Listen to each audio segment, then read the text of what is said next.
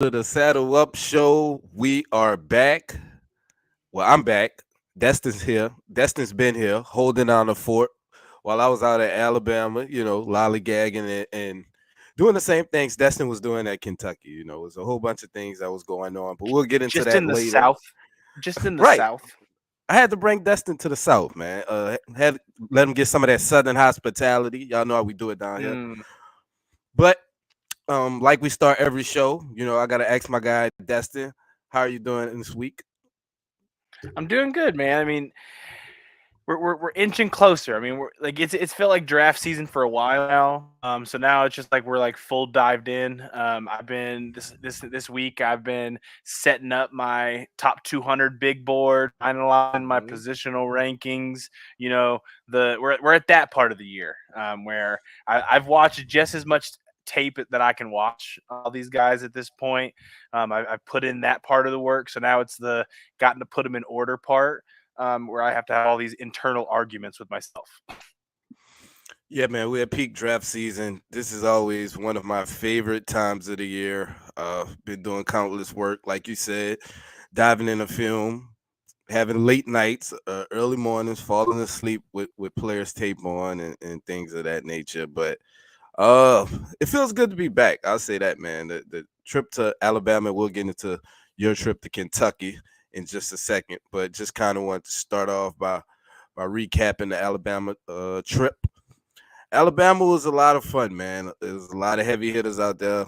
Posted pictures of Nick Saban. Of course, You were you know front it. row. Yeah, They had you on the field, man. I didn't get yeah. that treatment at Ohio State or Kentucky. It's because you didn't tell them you knew me.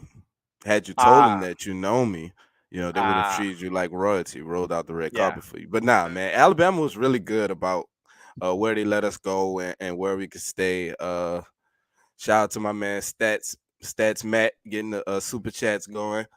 He said, "What's up, gents? Wild Twitter days recently, huh?" Yes, yes, Matt. We're going to get to all of that. Believe it. You're definitely going to get to it. And thank you for the super chat. For those people who missed it last week. Last week was our first week able to allow to be able to receive super chats by being in a partnership program. Destin did an outstanding job last week, and I want to thank Landon for coming on and filling in for me. Landon has been outstanding during this draft season. He's filled in the show for me. He's cooked for me. We've watched film together. So I owe Y'all Landon a getting lot. close. It's Yeah, like we're getting close. me and Landon has been bonding, man. But back to the Alabama recap. It was kind of surreal seeing all those coaches and I did get to see Frank Wright, and I thought it was hilarious because Destin called me immediately after Ohio State's pro day to tell me how Frank was drooling over CJ Stroud, not knowing that the very next day I would get to see him drool again. I mean, it wasn't to the degree of how he was following Stroud around, but he was pretty giddy over Bryce Young, man. And those players put on a show. Like I said, Bryce Young absolutely lit it up to start the intermediate game. He threw the ball precise, really accurate, on platform, off platform. He threw a couple of moon balls. One did hit the ceiling, just like Will Levis, which Destin tweeted that caused a lot of I outrage on the timeline. That's on me. That's on me. So I when I didn't took the tweet mine, video, so I was say smart. that's your fault, man. You would have got great engagements.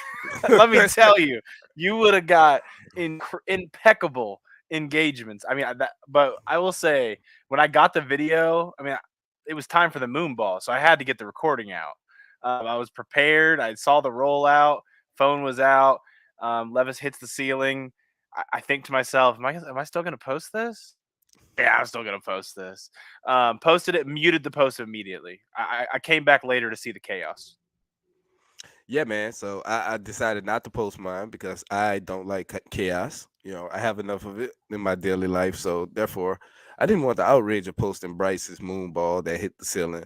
But other than that, man, he threw the ball really well. His receivers did him absolutely no favors by dropping a lot of the passes.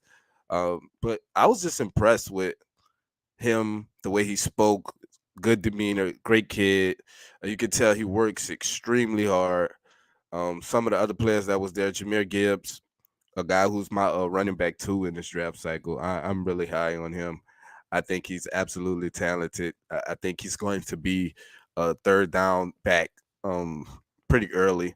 You know, I know he can pass protect, he catch the ball extremely. He makes it look fluid, just coming out of the backfield. You know, really smooth. Got that speed, got that burst. Very soft hands. He impressed. um, Eli Ricks is a cornerback. I know the Colts are in a corner market. He had a pretty solid day. You know, DJ Fluker, seeing DJ Fluker, he is absolutely shredded. A guy that has been gone, you know, from the league for some time now. You know, was a 2013 draft pick, and he showed up in top physical shape, and he looked good, man. I can see somebody throwing a league minimum his way. You know, veteran guy come in and be a tackle off the bench. Uh, Is he getting Tyler, randomly drug tested the day he signs that contract? absolutely, He's absolutely. getting You definitely. randomly It's a part of this contract. Here, go in the restroom with this cup right now. Absolutely. to get But the pin. Bring us the cup. yes, yes, you have to pass that part of it. But yeah, man, Alabama they showed out, man. They treated us great. You know, we got to talk to Bryce. I got to talk to Will Anderson. You know, a guy who's bigger, a lot bigger in person than I thought he was. But Bryce Young. absolutely no, absolutely not Bryce Young. Bryce Young is exactly the size I thought he was. You know, but Will Anderson is a much bigger human being, polite guy, real nice. You know, he just spoke about not working out at the pro day. There was no need to do any workouts with the way he performed at the combine. So that was pretty much understandable and self-explanatory with the way he performed. But yeah, man, loved Alabama. Hopefully, I have the pleasure of going back next year. But from Alabama, we're gonna drive up north a little bit and head to Kentucky, where I'll let my good buddy Destin take it away. Yeah, so I don't know if you have caught the drift on Twitter, but we're starting to get this notion of like an anti-Levis podcast, which is Are crazy to we? me. I feel like we fight for Levis I know. more than most Colts people on the timeline, but like I don't know. Like I'm just getting this from people on Twitter that apparently we don't talk good about Levis enough. But Wait, wait, so wait. Before you get into your recap, maybe the people will be happy to know that I've been doing my installment of making a case for each of the top four quarterbacks. I started off with C.J. Stroud. I just completed a piece a couple days ago for Bryce Young. If you haven't had a chance to see it yet, go check it out. I can't tell y'all. My next person I'm writing about is William Bernard Levis. Okay, Bernard is really not his middle name. I just made that up totally. Shad likes to But make up middle names. If you guys are new to the program, yes, and most of them gonna start with a B. But Will Levis is definitely the next quarterback I'm writing about. Maybe I can win some of you guys over because I'm going to have some nice things to say about Will Levis for the people that think we don't like Will Levis. I thought Destin said some pretty nice things in his recap article about him. I checked it out, but you know, apparently that wasn't enough because they said Destin straddles the fence on Levis. The people that love Levis say you hate him, and the people that hate Levis say you love him. So being out at Kentucky's pro day, I mean, I think part of pro day coverage. This is my first year on it.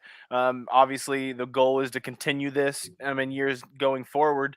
So hopefully, we will improve at it. But my take on pro day coverage is I wanted to tweet along the lines that helps people that were following my timeline feel like they were at the pro day. Like that's how I wanted to portray my time there.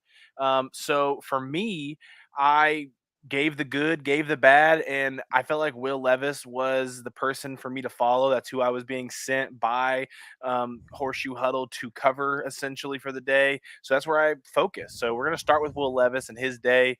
Um, I want to start out by saying I think Will Levis has the strongest arm I've ever seen in live action. And it's not just during his throwing session, watching him warm up. I mean, I put a few videos out there, like the pop Destin, that will you be in Gainesville tomorrow? I mean, that's a far drive, man. That is a Uh, far drive. I got a But feeling somebody would challenge you. Somebody uh, that's in Gainesville right now probably hey, challenge that statement. hopefully, maybe come April, we'll see him live as well. But um, but Will Levis, I mean, focusing him on for Friday, like flat-footed during warm-ups. Like this Mhm. guy is just zipping it. Just it's ridiculous. I'm 15 feet away from him on the sideline. I'm following him, trying to make my rounds, and I'm just there during all his warm-ups. And Chris Rodriguez, another guy who I'll talk about in a bit, who was impressive to me. Chris Rodriguez Jr., running back, Kentucky. He's over there catching some of these warm-up balls. He makes the mistake early on. He didn't have gloves on, and you see him warming up with him. He catches the first one, he throws the ball back, he shakes his hands off, he walks off the field, goes and gets gloves, and comes back. Like Will's got an arm, man. He's in great shape. I saw those posts going around today. Like you could see that there. He elected not to run the 40, so he didn't do any of the athletic testing up until his throwing session, which is essentially what you've seen of all the quarterbacks so far. Stroud didn't do any athletic testing, does the throwing session. Bryce Young, you with Alabama, doesn't athletically test, does his Mhm. throwing session. Levis did the same. He followed suit of those guys. I think his throwing session was solid. I think he showed the arm strength, not just in the deep area, but how he's going to be able to work the sidelines, work the middle of the field with his arm. I think those were big things that he was able to show. He definitely had moments where didn't he wasn't accurate at all during the entire session, but it's 50 throws. For a guy to be accurate for 50 straight throws, whether you're in shorts and short sleeves or pads, like that's a hard ask of any guy. So I did tweet out some negative moments that he had. I feel like at times he did get ahead of himself and he led guys out of bounds on sideline balls, which is probably one of the areas he's going to have to work on as a prospect. And then when it came time for his moon ball, I did tweet the video out. Like I said, it got a lot of laughs. But that's the lowest ceiling he's ever going to have to throw into in the NFL. There's not an NFL state. Maybe if he went to Dallas, he's going to hit the jumbotron doing that. That's Maybe, funny. but would not be concerned about him hitting the top of Lucas Oil on a Sunday if he was to be drafted here. But I think Levis showed a lot, man. He's still my quarterback 4. I don't think that's a negative thing. I like all 4 of these guys. I think all 4 have paths to being franchise quarterbacks. And I think Levis showed what he needed to on Friday to be a top guy. And all this buzz is going to go around about this, that, and whatever. I've heard Levis has done well in interviews. He is a football junkie. He's a guy who lives in the film room. Like that part of him is not going to get questioned by any team, in my opinion. From what I've heard from 2 teams that have met with him already, and they've glowed about how he does in interviews. And I got to speak with him afterwards during media availability. He's an easy guy to talk to. Loves football, getting to talk it. I have the entire media availability on the Horseshoe Huddle YouTube. So if you're listening, make sure you hit that subscribe button. Make sure you guys go check that out after this episode of Saddle Up. But Will Levis had a good day. He really did. Do I think it's enough, or do I think there was anything he could have did at a pro day to jump him from quarterback 4 for me? I didn't. But it's just a preference thing at the end of the day. I think all 4 of those guys are franchise quarterback potential guys, and that's important. So we will see how it goes. Shout out to Chad here. I'll stop the Kentucky Pro Day coverage just to answer this question. Who is your dream quarterback option for the Colts in this draft? And for me, it would still be CJ Stroud as the dream quarterback. Like that's who my quarterback 1 is. But I'd be lying if I said I hadn't fallen in love with the offense possibilities with an Anthony Richardson at 4 as well. So that's my 1A, 1B, to be honest with you, Chad. Like I have some love for both. But do you have a different answer? Yeah, man. It's pretty much the same person. I do want to thank Chad for sending in a super chat, man. We really appreciate it. Uh, I guess I'm gonna go with Stroud. I'm gonna go with Stroud because I just feel like he's the best fit, all around, for what the Colts want to do with Shane Steichen, can do with quarterbacks, what we've seen him do in the past. I love the Anthony Richardson pick and would not be mad at it. I think Bryce Young is an outstanding quarterback, and I think he can be very successful here. But if I had to go with dream quarterback option, it would probably be CJ Stroud, which is weird because CJ Stroud is my quarterback 2, and I think Bryce Young is quarterback 1. I just know I would be terrified with Bryce Young because of the size thing. Although I think he has all the tools and capabilities to overcome it. It's just more like for my mental sanity, for me to be able to sleep peacefully at night, I will go with CJ Stroud because I think that would allow me to get the most rest. And we all know I need my beauty rest. That is the most important thing here at the end of the day. So appreciate you, Chad, for sending in the $10, man. Thank you. We really appreciate that. Yeah, but I mean, we didn't mention Will Levis there as the dream quarterback guy, but I mean, I think he did enough Friday to where if he's the pick at 4, I lose no sleep. I think if he's the pick at 4 for the Colts, I see a realistic path for the offense to flourish under him, and I think Steichen is a great head coach to get that ceiling type out of him. The Matthew Stafford level ceiling is that's a little sneak peek into my draft guide that I'm working on. A more mobile Matthew Stafford is really what I have as the ceiling for a guy like Levis. So if he can get to that level, you don't bat an eye at taking him at 4, and I don't think any team should. So we'll see if he ends up being the pick. But there were a couple other standouts at the Kentucky Pro Day.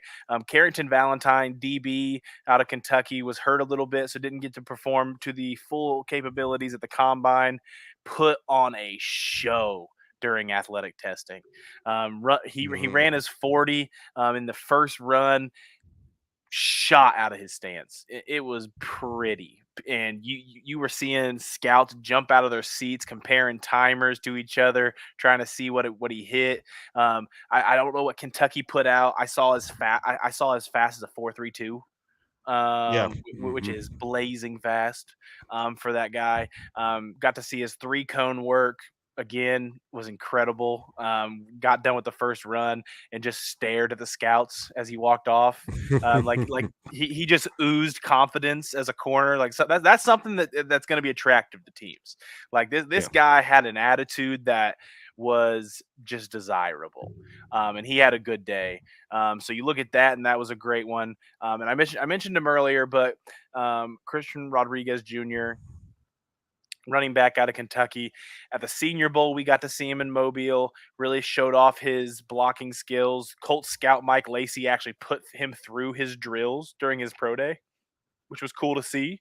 Mhm. Um, and he showed off that blocking ability. The questions with him was, does he have enough juice to be that like change of pace back at the next level as well? He ran his 40 and got a really similar reaction where he ran in the high 4.4s, low 4.5s, which is an excellent time for a running back. Mhm. Not a guy that you're going to look at and say is too slow for the next level. So a guy who's going to be one of the best pass blockers at the running back position in this draft, and moves at a good enough pace that is going to be someone that guys look at that can do a little bit of everything now. That is something that I think Christian Rodriguez, I think out of any of the guys there, his stock went up the highest from Kentucky's pro day. I think because he was able to answer questions that were there that people looked at him and said, yeah, this is a con in his game. And he just flat out came out and said that that's just false. He just came out and showed it. But we have a super chat here as well from Patrick Rye. Really thank you, Patrick, for the chat. Say the Colts take a prospect like Levis or AR-15, Anthony Richardson, and they end the season with the second overall pick. Do they dump this year's quarterback for Caleb Williams or Drake May? If this happens, does CB get fired? That's a heck of a question. I appreciate you, Patrick Rye. Patrick's a long time listener. You know, we messed his name up the first time he sent the question in months ago. Me and Destin got yelled at on Twitter about it, but ever since then, you know, we never forgot it. So now that we know it's Patrick Rye and not Wire, you know, as we said it the first time, this is actually a really good question, and I never really thought about it. But say the Colts take a prospect like Levis, second overall pick, I'm almost willing to bet if it was the first overall pick and they had a shot at Caleb, then I think they move on from the rookie quarterback. I think they would take Caleb, me personally. And yes, Ballard will definitely be fired, in my opinion. If the say let's say the Colts went three You and think so? 14, I think Ballard would get fired, and I think they would take Caleb Williams. I don't. I think it I depends. I think it should have said depends.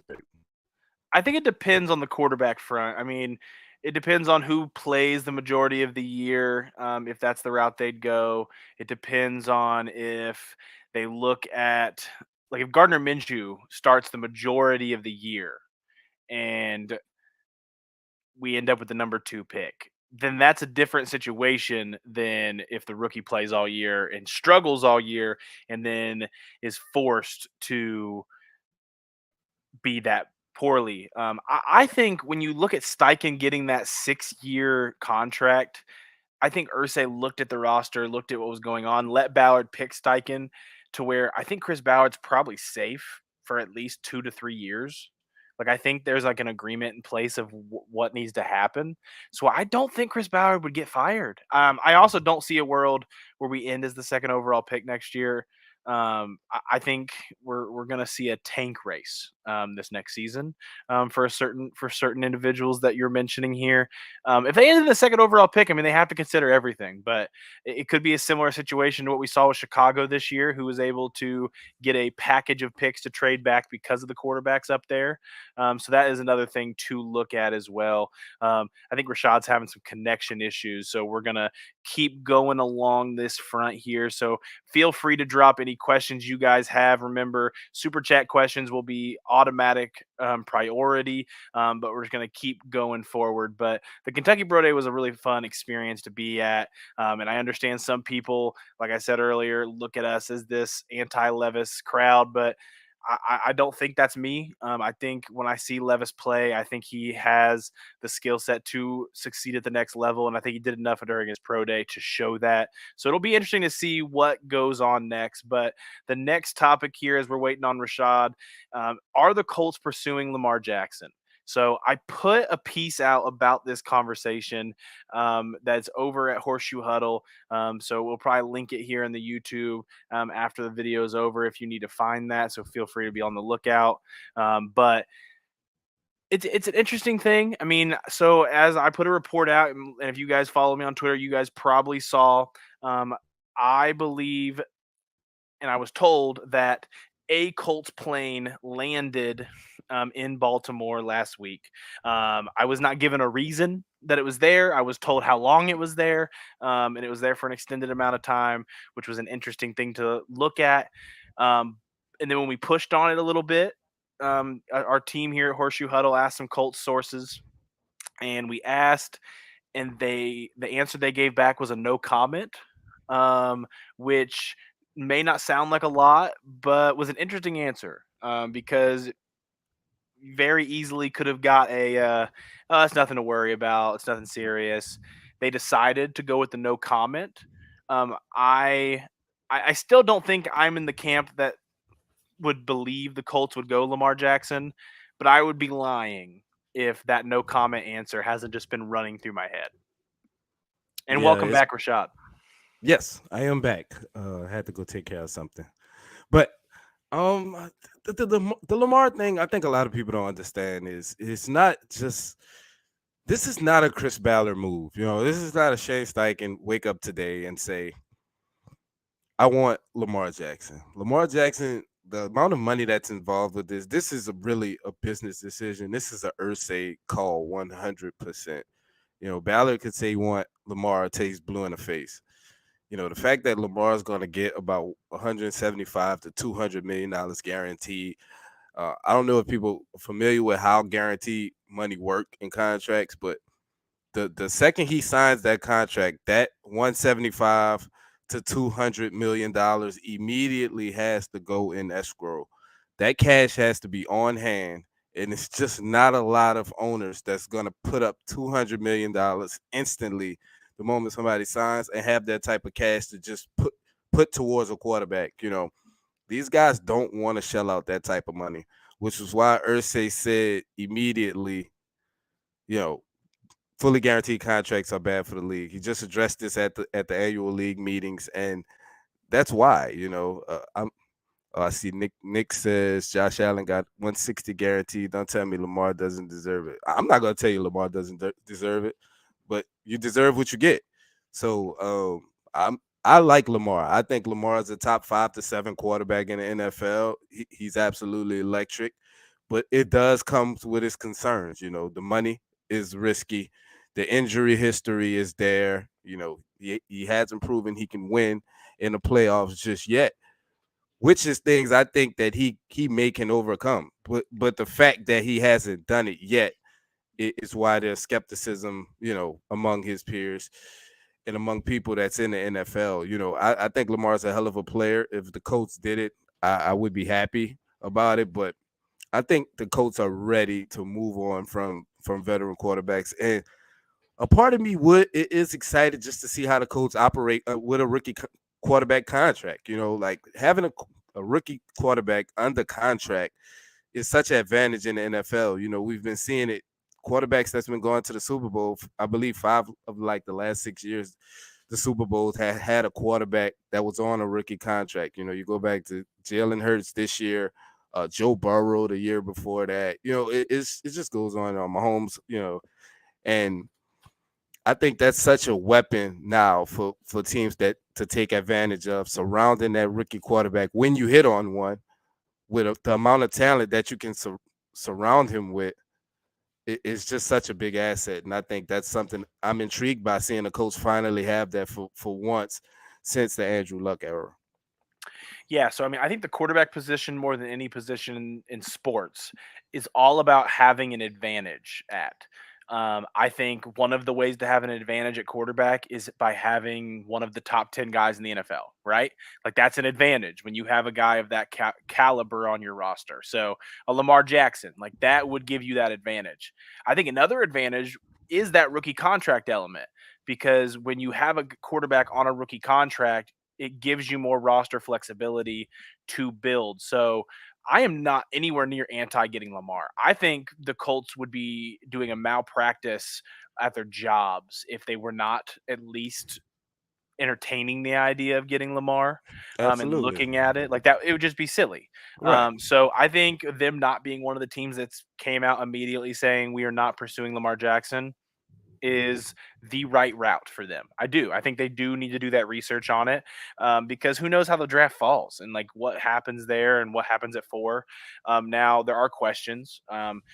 You do have to give over 2 firsts to get a Lamar Jackson, even if you get him to agree to a contract. A lot of people like to talk about the possibility of holding on to the 4. So, like from our Gib here, fellas, is there a deadline for Lamar? Obviously, if Colts draft a guy at 4 and it's out of the window, but holding the 4th overall pick is very valuable when it comes to negotiating for Lamar.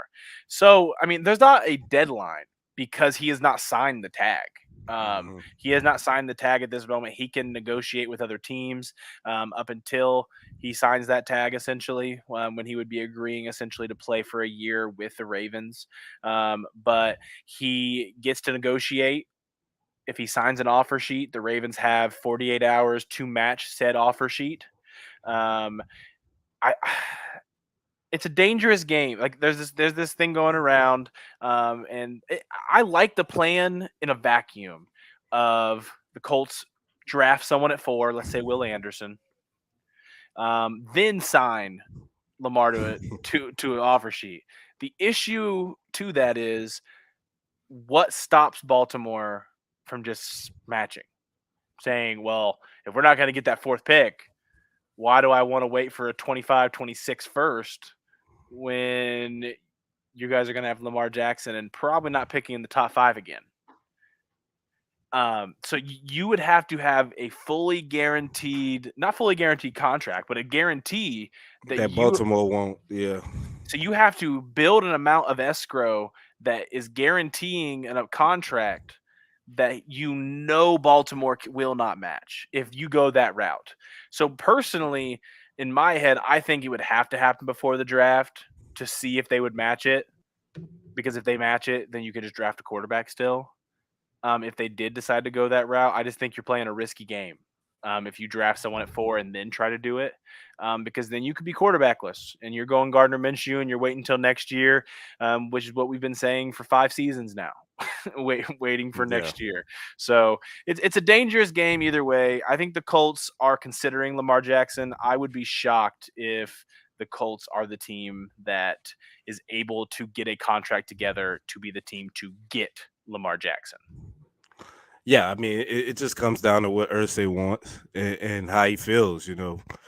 he says he wants to win immediately, but he also says in the same breath he's ready for a rookie quarterback. So it's kind of which one is he really leaning to, and which direction is he willing to be patient with a rookie quarterback? Because I think either option that the Colts have at the fourth pick, whether it's Levis or Richardson, is going to require a little patience. Or do you want to try to go all in right now? In a move with Lamar, that's absolutely going for it. There's no if, ands, or buts about it. There's no half in, half out. It's all chips in, as cliche as that sound. If you go get a guy like Lamar Jackson. So that's what I'm saying. You can actually hold Irsay's feet to the fire. You can see if he is really in, this a move like this would signify, okay, he's really willing to do whatever to go all in to win a Super Bowl if he signs a guy like Lamar Jackson, because it's not often, and let me specify this. I tweeted this earlier this week.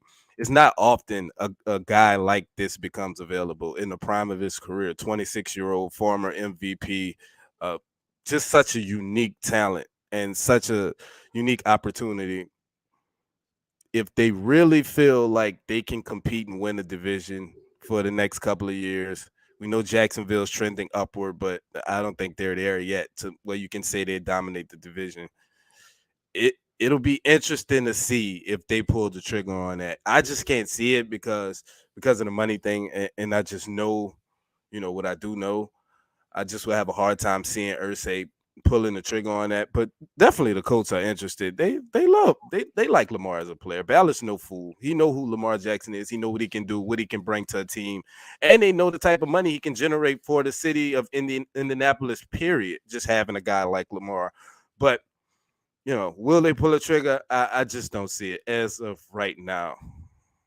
Yeah, so I mean, Lawrence here with if Lamar has told the Ravens he won't play for them, which I believe he has, the Ravens would be better hard on themselves if they matched a big offer sheet that Lamar wants. I mean, I agree that it's possible that the Ravens cut their losses, get the two firsts. I just think they're going to be more inclined to do so if it includes a top pick in this draft to do it. I could just see them go if you go the route of drafting a player at 4 and then doing it, it's just gonna be bad business a little bit, in the sense where the Ravens then could just match out of spite, and then they'll just figure out a way to trade him later, for a larger package after the tag is over, and go another route. A lot of things can be fixed with time, even if it seems right now that Lamar and the Ravens can't go back. Essentially,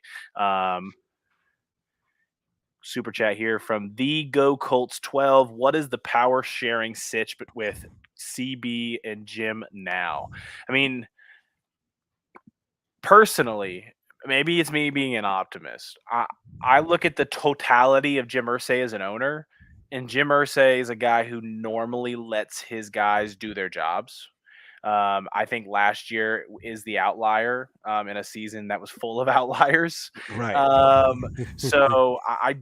understand the skepticism from people thinking that Irsay overstepped last year. What's going to stop him from overstepping longer? He allowed Ballard to lead the head coach search. He did. Mhm. And that is a big sign of confidence. And he's really only said to Ballard about Ballard when given the chance is there's trust there still. I think Chris Ballard is still running the show. I do. I think Chris Ballard's running the show. I think Jim Irsay has a outline of how he believes the organization should run, that was told to Chris Ballard prior to Chris Ballard ever being hired. It's still his team and it's still his money at the end of the day. But I do think Chris Ballard still runs the show of football operations in Indianapolis. Yeah, and something I did want to touch on. I don't think I ever spoke about it, but it's something that they spoke about publicly, so I'll just say it. Um, you remember doing a coaching search where they gave the Shane Steichen press conference, and Irsay talked about how he met with Steichen actually a day before Chris Ballard and the rest of the team did, and he was sold on Steichen. He wanted Steichen after he had that dinner with him. That was before Ballard even got a chance to speak with him the next day when they went down to Philadelphia. I actually think, just my theory, not anything I know. I haven't heard anyone say it yet, so I'll claim it now.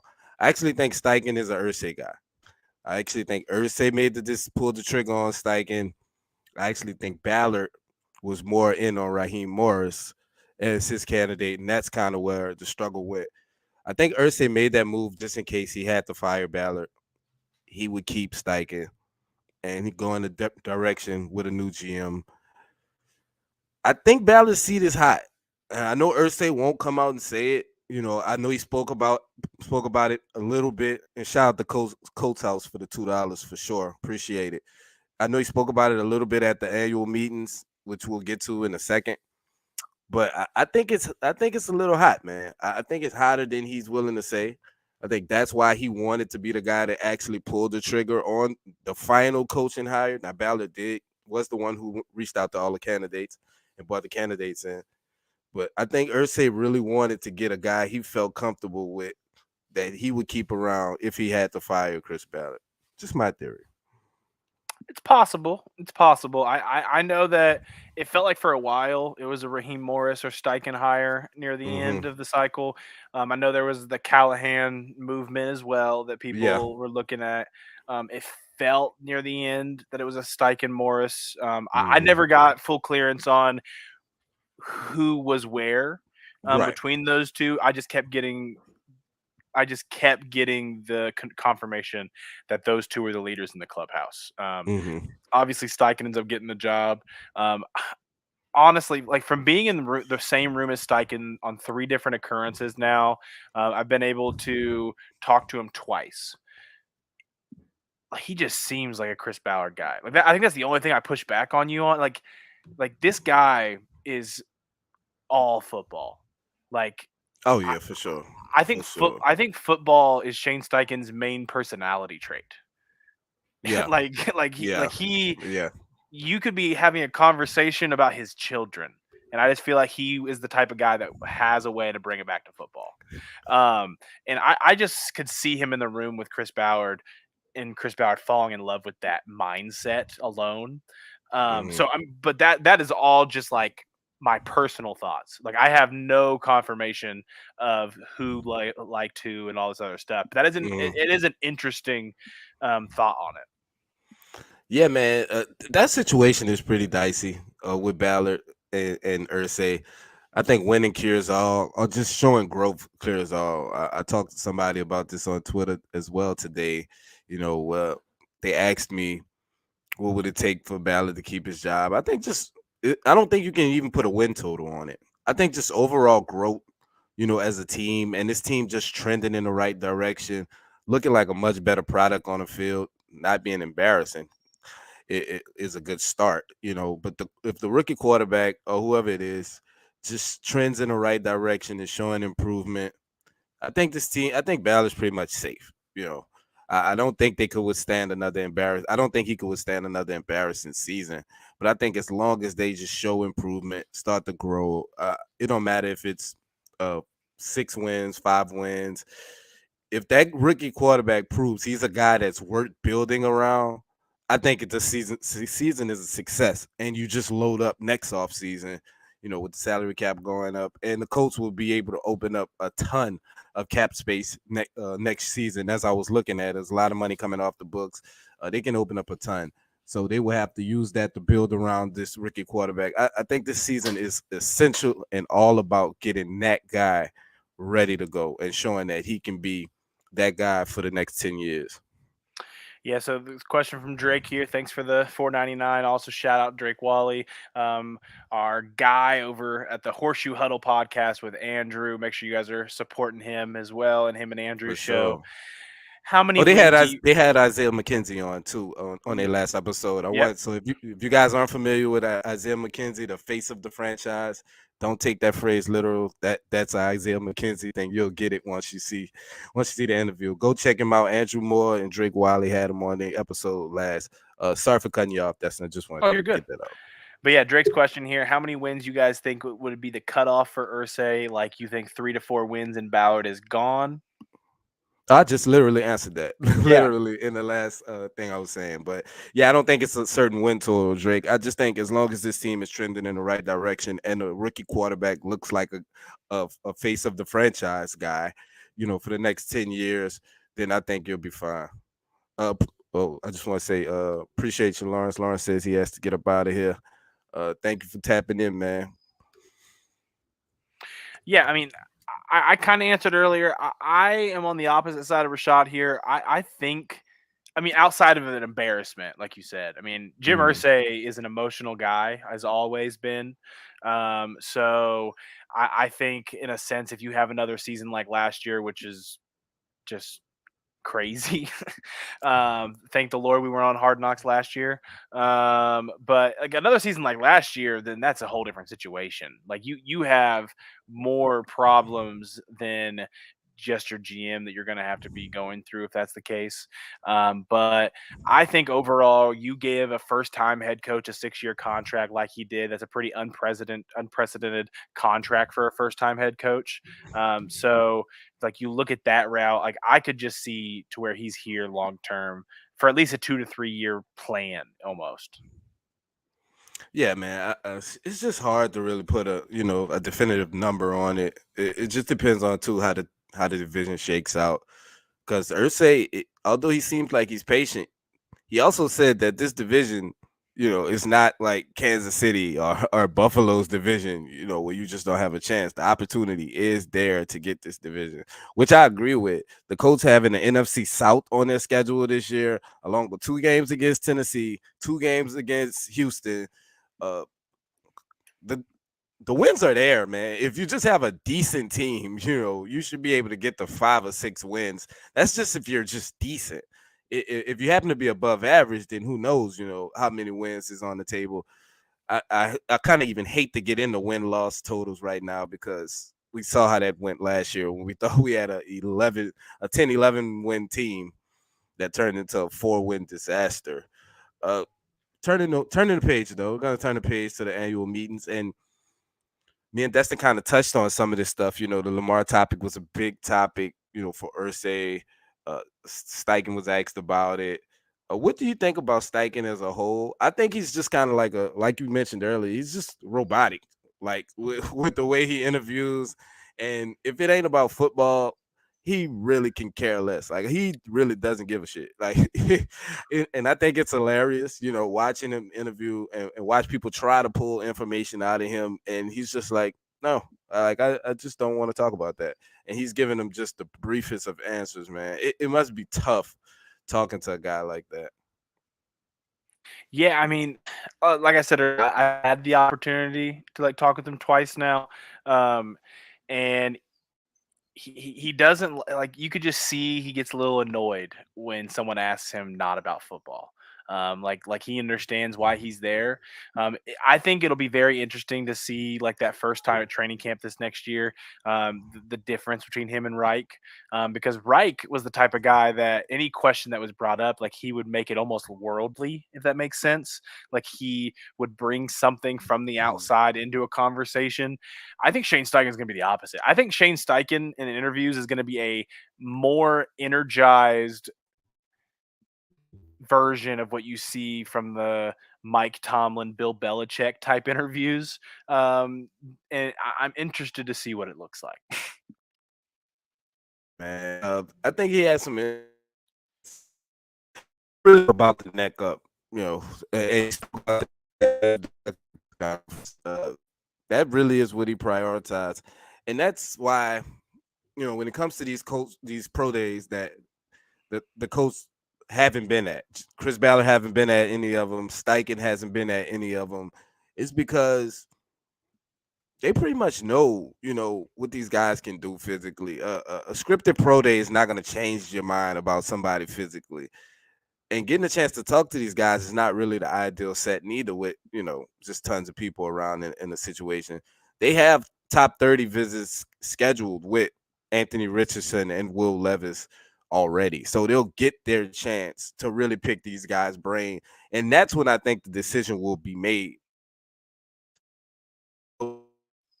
Not really think that the Colts haven't made a decision on which guy that they're going to take yet.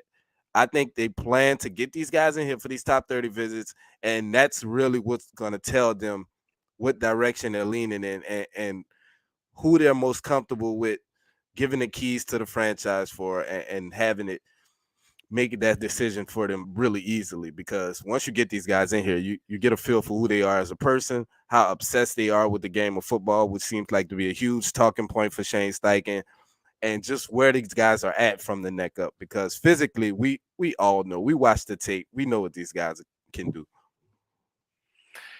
That's The hilarious. Matrix is coming for Shot. You did have a little bit of technical difficulties through that last speech, I guess. Patrick's ruthless though. He doesn't ever let us live those down. So, but I mean, I agree. I think the top 30 visits mean a lot more. Will Levis mentioned it at his pro day. He has not had any type of conversation with the Colts yet. They're keeping a lot of things close to the vest. They didn't have any formal meetings with any of the quarterbacks at the combine. Whether they had some other ones is a topic for another day with certain ones. But I think the top 30 visits will show more. I do think Shane Steichen's going to have the main say. Like I think there's going to be a The lot of main discussion. say, or like an important voice? I think, I mean, unless there was like a huge different, like from what I have heard, I think they have all four of these guys looked at pretty highly.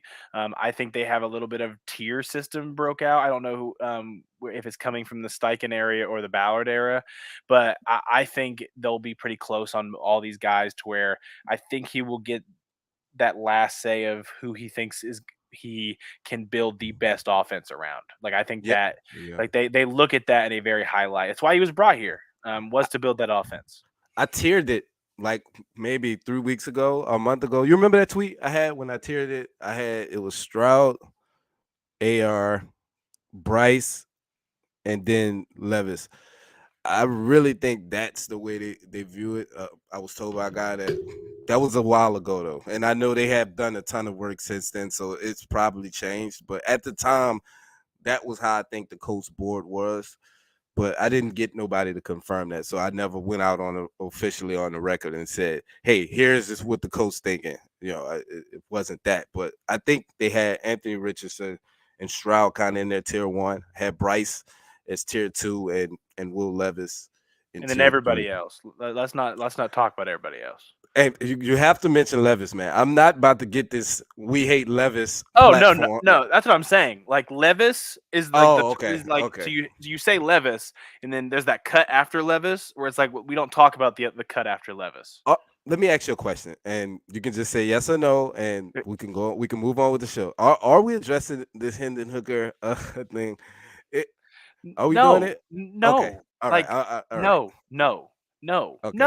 no. Okay. I mean, you okay? If you guys think this is an anti-Levis podcast, I but know. like I don't want to do this to Hendon Hooker. just one of you, drop me a super chat about Hendon Hooker, so I have to talk about it, and Please don't. Don't then we'll do it. see, and then we will see OMG. what an anti-podcast is. But Please don't no, do it. I honestly believe that after that Levis cut, like there's just no purpose of drafting any of the guys in this class. Hmm.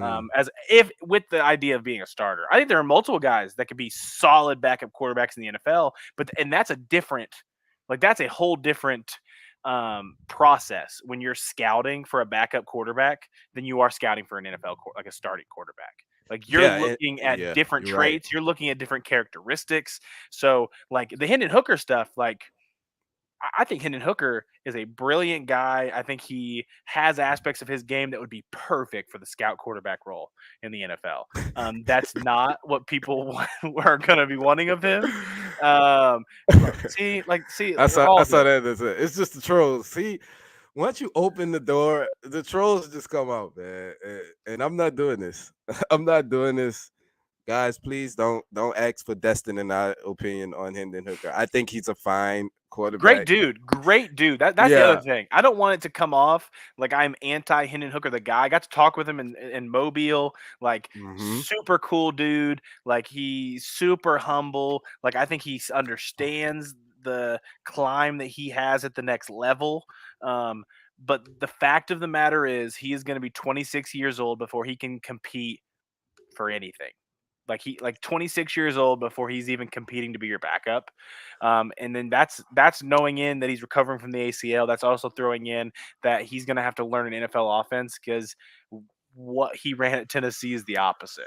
That vertical tempo it's offense is not anywhere near translatable to the NFL. with the unreal spacing of how wide the college football field is. It's one read. You know where you're going.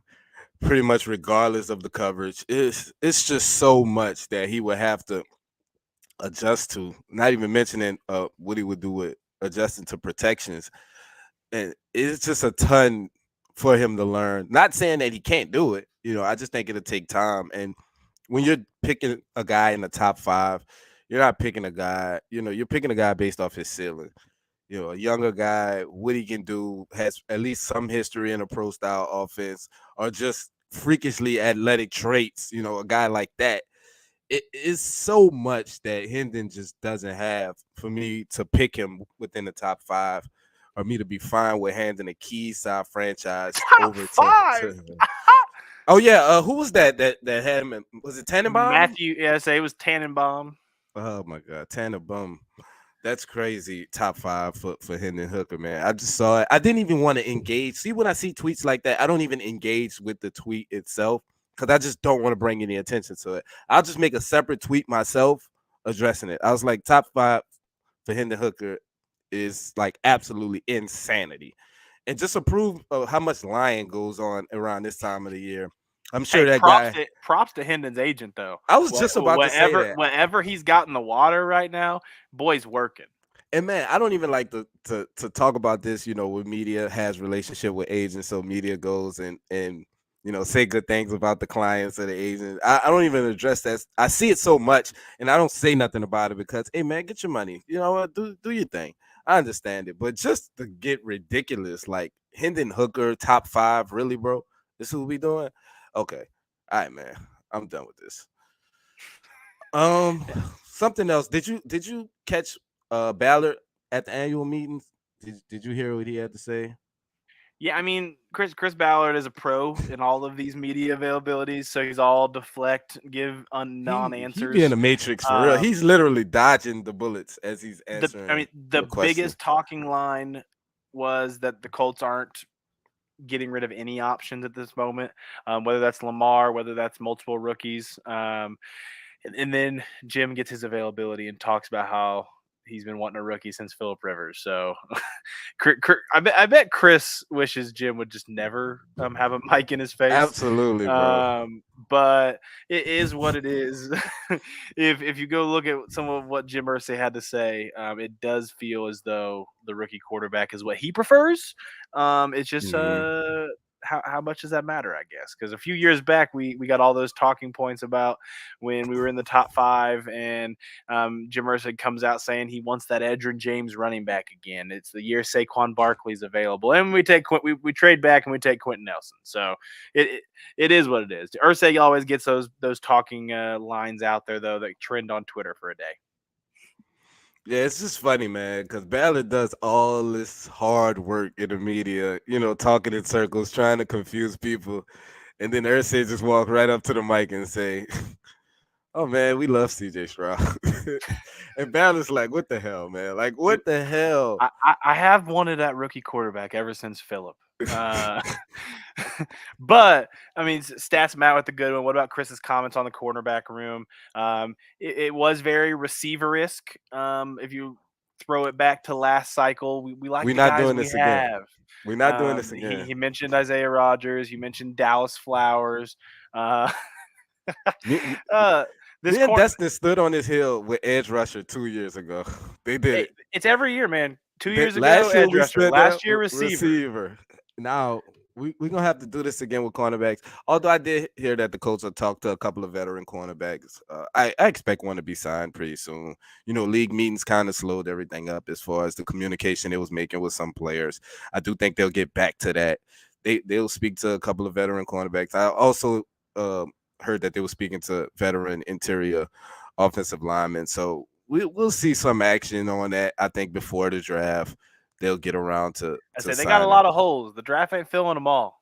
Exactly, exactly. You don't have enough draft picks to fill them kind of holes, so that ain't We happening. even though we have 85th round picks this year, it's not going to do it.